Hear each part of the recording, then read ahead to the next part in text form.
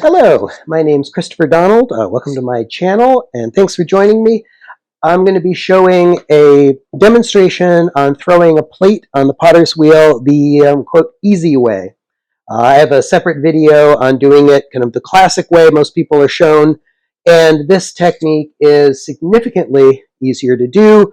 It pretty much guarantees you don't get S-cracks, and you can use it from everything from a small saucer all the way up to a 36-inch platter. So it scales really, really well. Basically, the trick here is that rather than taking and wedging out a whole lump that's going to be used for forming the entire plate, I roll out a slab. So before I get to the wheel, I roll out just a slab, which is the thickness that I'm going to want my final bottom to be. And I'm going to go ahead and just trim off a little extra here. I always forget how small my pan is on this wheel. There we go, so it can turn freely. That's better. All right, so I just put this on the wheel head. There we go. Make sure he's stuck down. Go ahead and get this started. And I can use either my rib or I can use a sponge. And while it's not turning too fast, I'm just going to get this stuck down onto the wheel head. There we go. So why is this such an advantage? It is an advantage because that's 2.5 pounds of clay that I don't have to center. Also, it is much easier to make a slab compressed correctly and make it so that it's not going to give you S-cracks, which are caused by a lack of compression. If I've compressed my slab right, this is going to be very, very stable. And so I did that with a sponge first, and now I'm going to use my rubber rib. And this is basically a little additional compression, but it's mostly to make sure that it's stuck down on the wheel head as if I had thrown it. So now I have the bottom of my plate done. I didn't have to wedge that. I didn't have to center it. I mean, I had to wedge it before I rolled it out into a slab, but I didn't have to take that amount plus the amount for the rim, wedge it all together, control it on the wheel head, and center it and be able to open it up correctly and still compress everything adequately. I didn't have to do all that. So this is a lot easier. I've made the thickness of the plate pretty much exactly what I want. A tiny little bit thicker in case my wire were to go up a little bit, I'd still be okay. But the whole bottom is now done. At this point, I'm going to score where I want my rim to go. I've moved my bucket out of the way here so that I'd have room for dumping stuff. I'll go ahead and get this back here. And you want to make sure that this is a really nice connection, nice and squishy.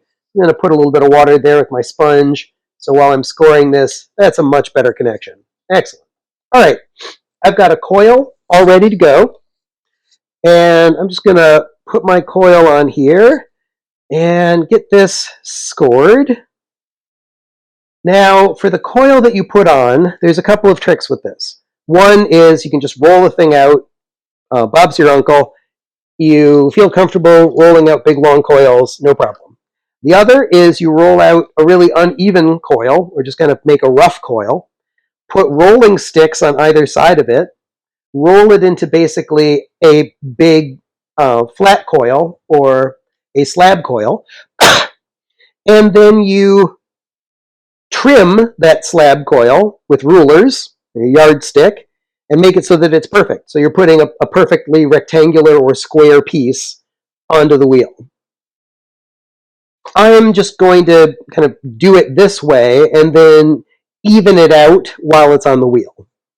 Because I'm pretty comfortable with working with this clay once it's actually on here. I'll go ahead and overlap these two coils, cut through them at a 45-degree angle. There we go. And now I need to score that connection between the two. In a perfect world, once you've put this together, you're going to want to give it a good, like, 10 minutes for this wet connection to kind of even out. First, I'm going to kind of go around and make sure this is just roughly connected, just connected flat. Then I'm going to go and pressing on the inside and outside of the coil, I'm pushing it from being like a U shape into being more of a V shape so that I can compress it and make sure that it's connected securely to the slab that is already here. Now, I kind of purposely rolled out a fairly janky looking coil, and I did that so that I can show you that even if your coil isn't perfect, you can still do this technique pretty well. Okay, I'm going to get my little scraps out of the way here. My water back up onto the wheel head. All right, so now I've got my collar. And if I had thrown this kind of the classic way, I would have opened up the floor and I would have had a collar here as well. This way, the floor is already done. And I'm still going to want to center this coil. I'm going to use my fingertip kind of pushing through the sponge to make sure it's connected well on the inside. I don't want the water to be able to go underneath the wall. And then we're going to do kind of the same thing on the outside. Just make sure that it's connected really well. Basically what I would do if I was putting a lump down on the wheel head. Just make sure it's very well connected. And then I'm going to center this coil. I've got that in my other throwing videos. But to go over that technique again, I'm letting the clay run through my hand like a rope. And I'm creating a tunnel with my index finger on the inside, my thumb on the outside, and my other finger on top of the sponge is making the roof of the tunnel. And by basically just keeping it in place, I'm going to speed this up a little bit, by just making that tunnel and not letting the clay move, I can center the coil. And one cool thing about this is that I can also push inconsistencies up. So if I want to, I can take the fact that this wasn't a perfectly even coil, I can correct it by kind of centering it right now, and any problems, I can just push them up. I did not need to do that for this one. I actually was able to just make it more even. It's a pretty soft coil that I put on here. I'm going to trim this outside and put a little bit of a bevel in, just like I would do if I had thrown it the kind of classic way. And if I want to, I can use a wooden tool and kind of compress that bottom edge. It's pretty well compressed.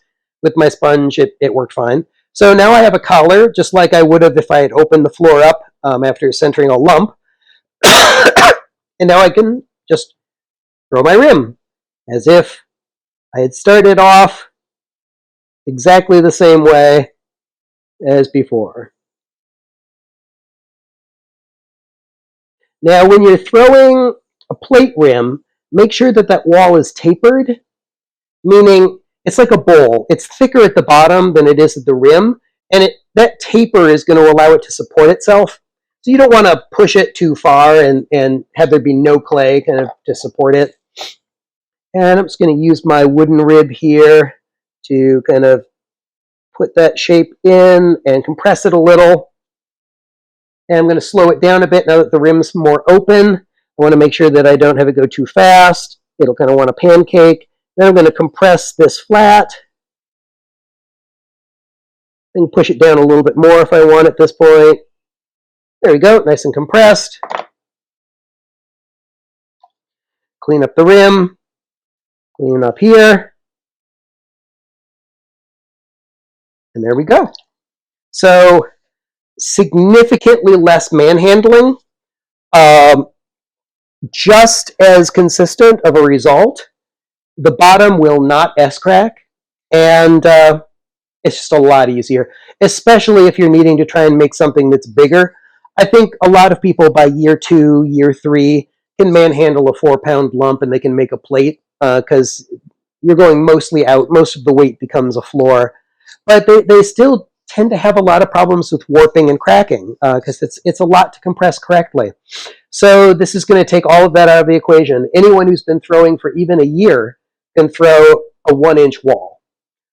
So it doesn't. It's going to make it so that there's less of a gulf skill-wise as far as who can make a large plate and who can't. When I'm all done, I'm going to turn him off. We're going to pretend that this was thrown on a bat.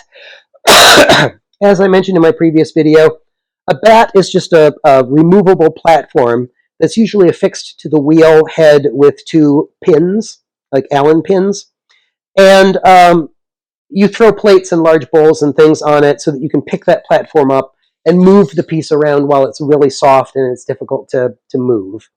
I am just not using one because this particular wheel that I like to do for the videos isn't drilled for bat pins, where my other one is. And this is not real life, this is Memorex. So I can actually let this just dry on the wheel head, and then I'll take it off so I can do a little trimming demo on both of these plates. Actually, for this one, there's not going to be much trimming. Because I've made the floor the correct thickness, I'm not going to have to trim the floor down at all. So this is going to have a thrown foot. And the other one, the other demo that I did where I left the floor thicker, that one I'll do a trimmed foot. So look for another video that will be throwing and trimming plate feet. And I'll show both of those examples in that video.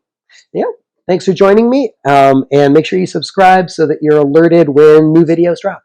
Take care. See you soon. Bye.